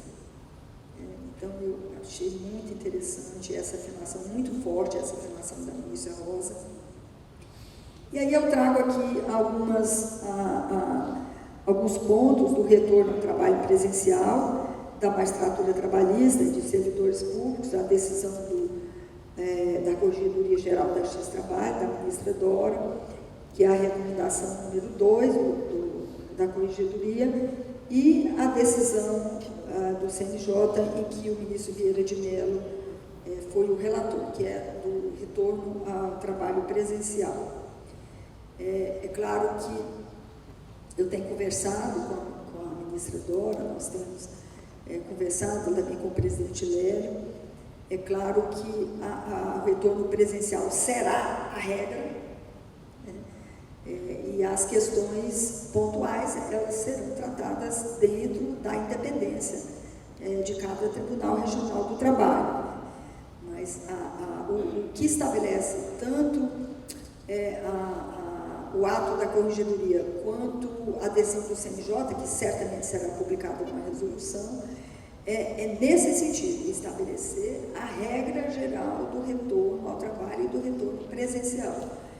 A ministra Cristina Pedruzzi, ela fez uma fala na audiência pública que teve nesse processo, no CNJ, e ela falou sobre isso, para que seja regra o trabalho, para que seja considerada regra o trabalho telepresencial da magistratura, é preciso que se altere a Constituição Federal, porque da forma como está a Constituição, a regra é o trabalho presencial.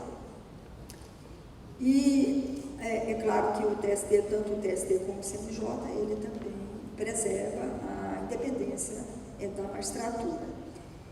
E os próximos slides são alguns dados que eu trago sobre esse tema. Eu comungo dessa posição, naturalmente respeitadas as exceções que existem, que serão tratadas por cada tribunal regional, né? No meu gabinete, por exemplo, a regra é 30% de trabalho telepresencial. Eu hoje lido com um índice um pouco maior, de 30%, para atender questões, né, de mães que não puderam retornar e que trabalham com minutas de voto, portanto, elas têm a possibilidade de desenvolver aquele trabalho. Então, cada ministro define no âmbito de seu gabinete.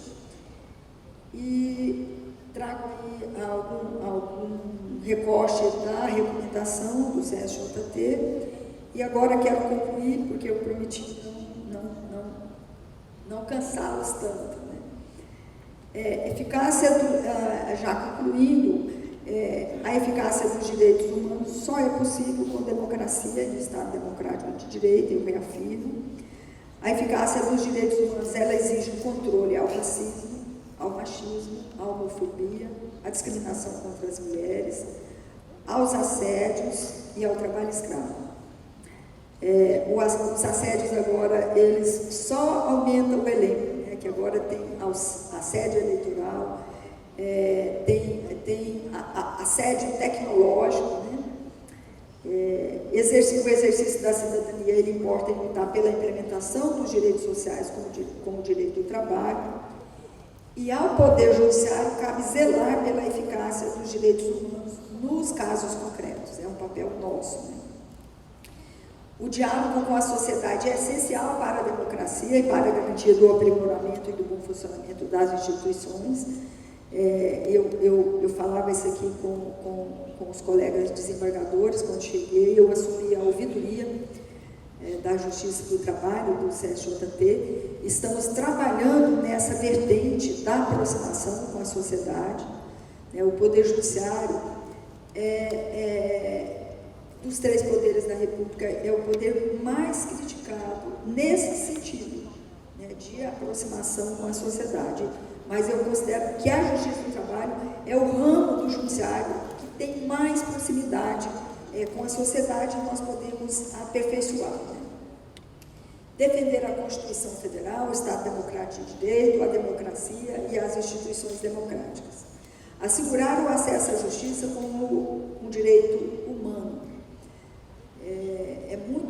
Foi muito ruim aquela disposição da reforma trabalhista sobre a justiça gratuita, né? E a decisão do Supremo também não foi muito favorável.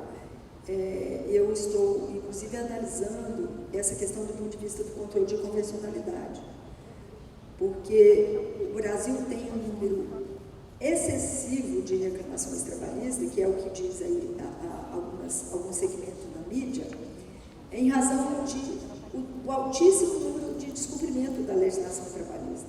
Isso é só ver a justiça em números do CNJ. Né?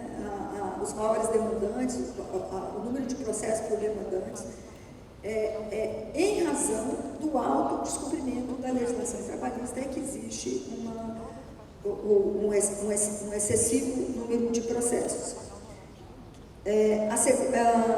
Defender o direito à justiça do trabalho, que é a mais social das injustiças. E eu trago aí uma reflexão, uma frase de Martin Luther King: a injustiça num lugar qualquer é uma ameaça à justiça em todo lugar. Vocês vão ver também essa frase no meu cartão de Natal desse ano de 2022, porque eu considerei assim, muito importante. Eu quero agradecer muito, eu deixo aí os meus contatos, aí no último slide eu quero deixar os meus contatos e dizer que quem já visitou meu gabinete sabe que eu não estou falando porque estou no púlpito, mas eu tenho muito prazer em receber os colegas, as colegas. Eu tenho no meu gabinete uma antessala, quem já foi lá sabe disso. Aí eu digo para o meu staff, falo, olha, eu quero que todos que venham aqui sejam muito bem recebidos, mas aquela antessala, ela tem um objetivo. Às vezes eu marquei com um advogado, às vezes chego uma visita, e quando chegarem os meus colegas magistrados, eu quero que eles fiquem na antessala, né, que é uma forma de distinção. Quando as palavras do desembargador Lustosa Maia, quando ele falava a meu respeito, eu fico muito honrada, porque eu venho do 5º Constitucional. Eu ingressei pelo 5º Constitucional há mais de 11 anos atrás, completa 12 anos no dia 1º de março de 2023, mas quando eu ouço essas palavras vindas do magistrado de carreira, eu me sinto muito honrada, né? Porque no começo esse convívio é um convívio que A gente precisa, quando a gente ingressa na magistratura pelo quinto, a gente precisa entrar no processo de conquista da magistratura, né, para ser reconhecido na magistratura de carreira. Né, porque o quinto, eu defendo o quinto, acho muito importante o quinto da advocacia, o quinto do Ministério Público, mas a gente precisa agir numa interação tal e que na nossa atuação não haja essa diferença. Né? Então, eu valorizo muito as palavras que eu recebi aqui de todos que falaram, e eu me sinto muito honrada e me sinto acolhida pela magistratura de carreira. Quero desejar sucesso para vocês e, indo a Brasília, não deixem de visitar o meu gabinete. Esse telefone 3043-4702, ele é desviado para o meu celular, tá? Então, quem quiser fazer contato comigo, meu celular também, eu vou até falar um número para vocês, que é 6199-831-7188, 6199-831-7188. Eu não tenho, a única dificuldade que eu tenho é mensagem de WhatsApp, que às vezes eu respondo 5 dias depois, que eu não consigo responder todos, mas eu faço questão de responder, tá? E eu digo que fui advogada trabalhista há 30 anos, agora já são mais de 40 anos, né, de carreira jurídica, e falo para os que estão ingressando agora na magistratura que, se eu tivesse que escolher uma carreira, seria a carreira jurídica. Então, muito obrigada, um abraço grande e obrigada pela oportunidade de falar com vocês.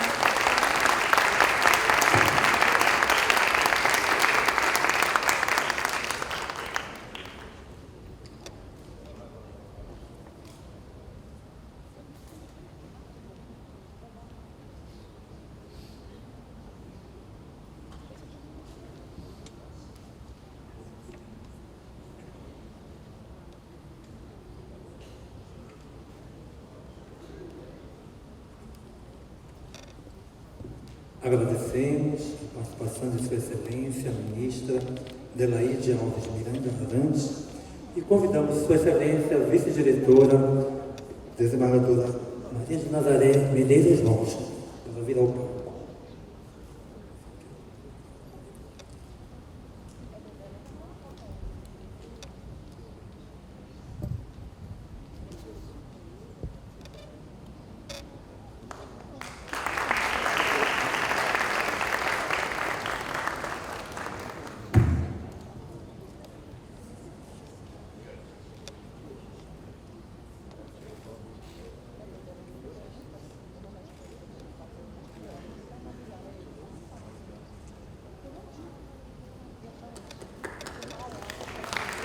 Solicitamos as autoridades que tomem seus assentos no nosso auditório.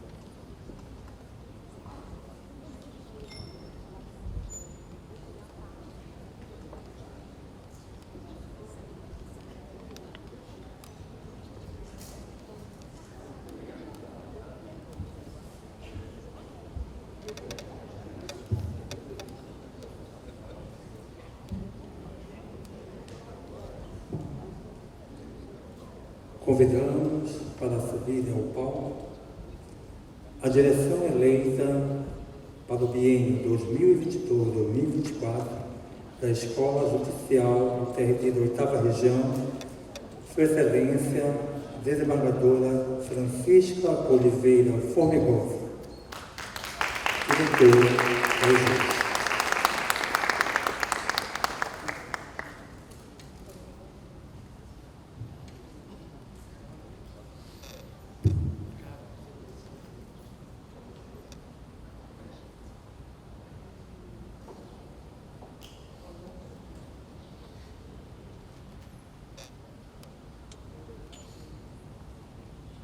Convidamos também o excelentíssimo juiz substituto Otávio Bruno da Silva Ferreira, vice-diretor do direito.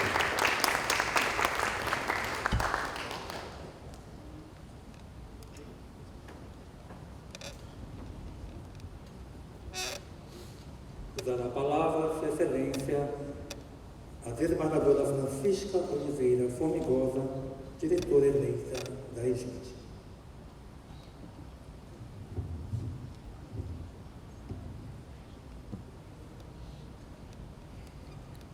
Peço permissão para falar, porque, como diz a minha filhadinha, eu gosto muito de me exibir. Então, eu vou falar, peço permissão para falar deste local. Eu quero convidar os meus queridos amigos e colegas que compõem o Conselho da EJUD, 8 biênio, para o próximo biênio, meu querido amigo JJ, desembargador Luiz José, desembargador Paulo, desembargador Paulo Izan, acho que não está, né? A representante do primeiro grau, a juíza Frontini,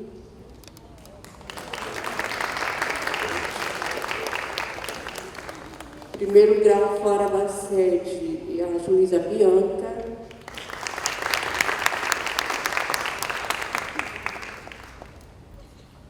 e o meu anjo da guarda no Sejusc, o juiz Abertano. Não sei se ele está presente, porque ele está em férias.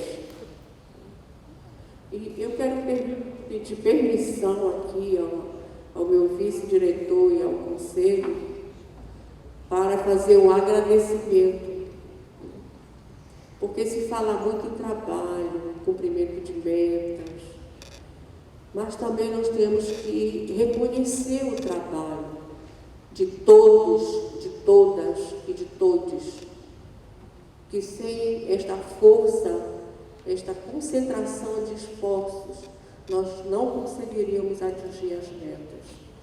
Então, eu quero fazer um agradecimento aqui especial ao juiz Ney Maranhão, pelo Sejusc de Macapá, a juíza Suzana, pelo Sejusc de Paraupebas,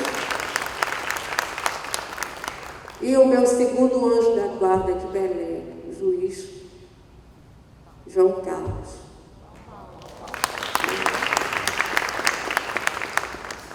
Sem o trabalho desses colegas, seria impossível atingir a meta da conciliação. Esse parênteses é para fazer o meu agradecimento do fundo do meu coração e do fundo da alma. Muito obrigada.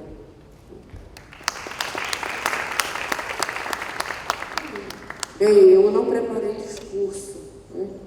E depois de tantas palavras carinhosas da desembargadora juíza, da desembargadora Ida, da desembargadora Nazaré, do discurso que eu fiquei muito emocionada, já disse a ele que eu vou tentar chegar próximo, né?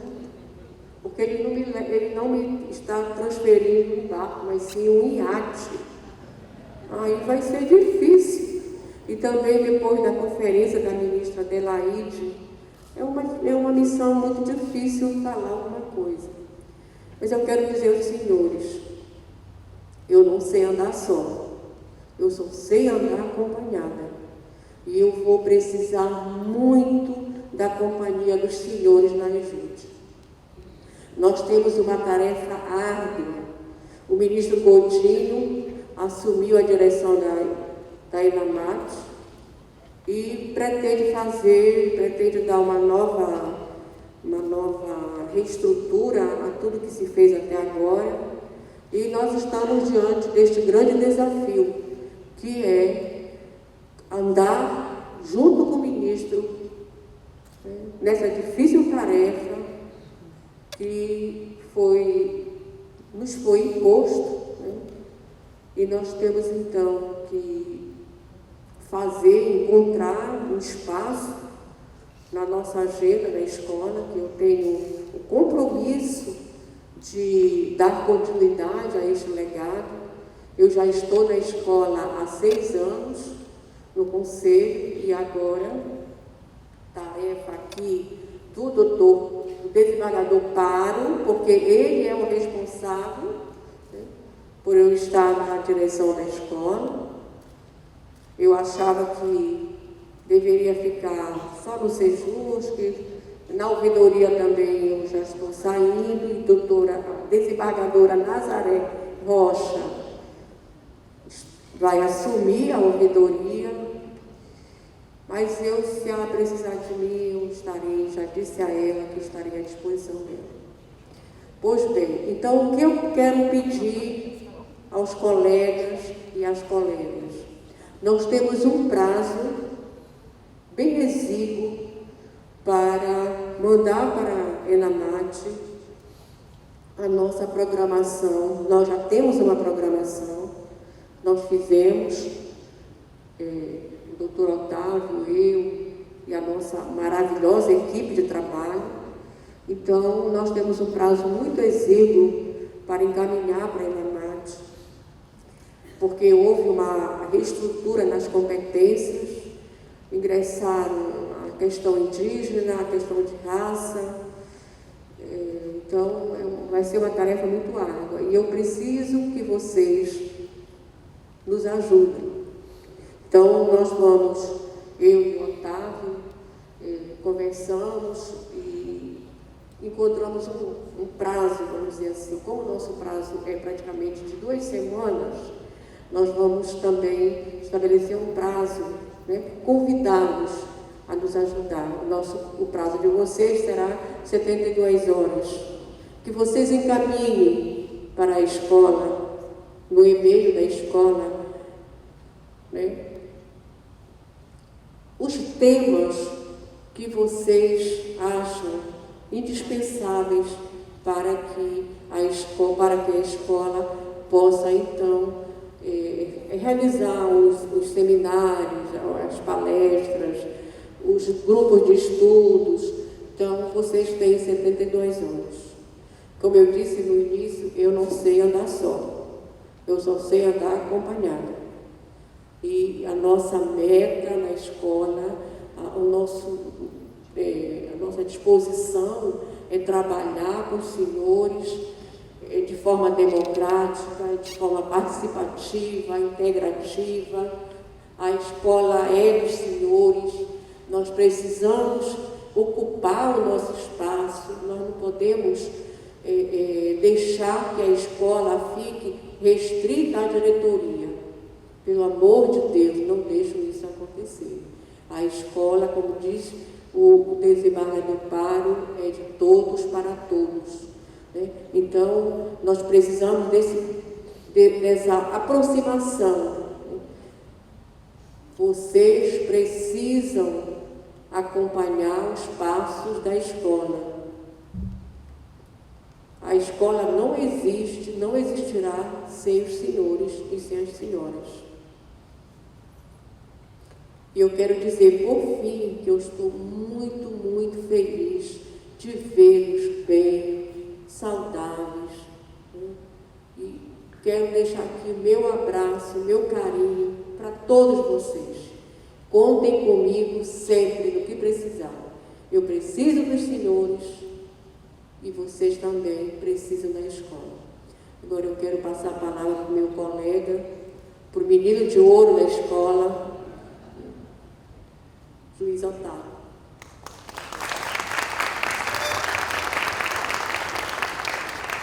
Bom dia a todos e a todas. Gostaria de falar, doutor Paro, que o caminhar pela escola, essa embarcação, essa navegação, vem muito a calhar com a continuidade da formação contínua e principalmente pelo fato de que eu, como vice-diretor, e a doutora Formigota como diretora, somos de uma região da Ilha do Marajó, do mesmo município, São Sebastião da Boa Vista, e sabemos como é navegar pelos rios da Amazônia. Então, tem muitas características que a gente não pode esquecer de como nossa região, nossa realidade não pode ser ignorada. A escola, ela é um local de construção de conhecimento, de construção, e ela existe exatamente para que nós possamos construí-la juntos, caminhando.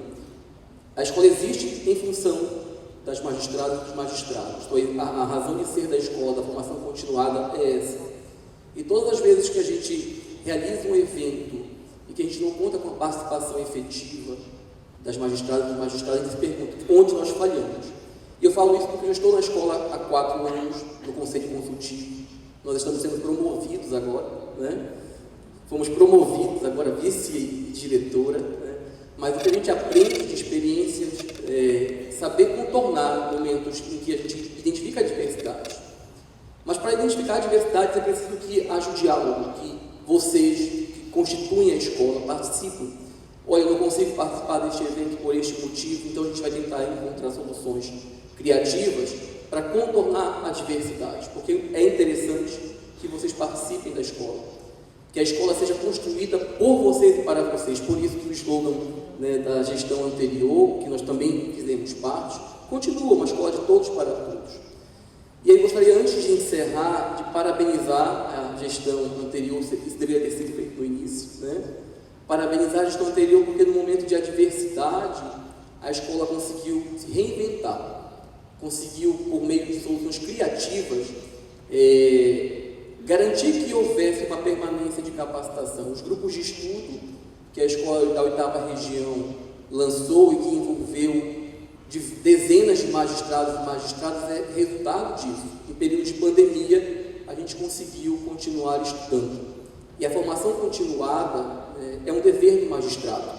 Por isso que é importante que a escola seja um local agradável para todos nós, que dê vontade de estar aqui e dê saudade quando a gente vai embora, para que a gente possa retornar a esta casa que é de todos nós. E por isso eu gostaria de dizer, doutora Formigosa, que eu estou muito feliz também de participar, porque é uma promoção, né? Somos membros do conselho agora da direção, mas principalmente porque eu acredito que a formação continuada do magistrado e da magistrada permite a mudança de atuação, a melhoria efetiva da prestação jurisdicional. E esse é o nosso dever. Tá? Então agradeço pela atenção e muito obrigado.